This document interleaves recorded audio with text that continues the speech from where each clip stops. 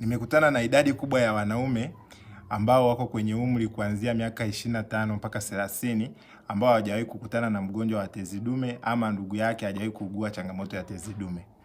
Wao hawazijui kabisa dalili za tezi dume. Kuna dalili za tezi dume ambazo ukiziona jua kabisa huenda ukawa na changamoto ya tezi dume.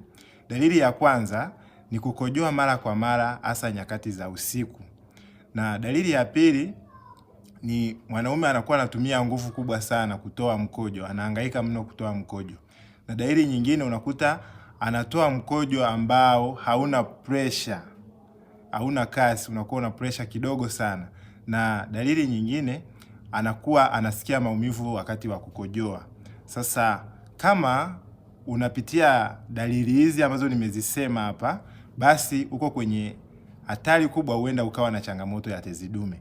Kwa hiyo ukiona dalili hizi hakikisha unaenda kupima kipimo cha PSA au unafika kwenye kituo kilicho karibu na wewe cha afya uweze kupata msaada zaidi. Na kama una changamoto ya tezi dume, Mkubulo S Clinic niko hapa kwa ajili ya kukusaidia. Chukua namba yangu kwenye bio, nitafute kwa ushauri na msaada zaidi, kwa sababu nimewasaidia wanaume wengi sana wenye changamoto ya tezi dume kutatua changamoto hii na wamepona.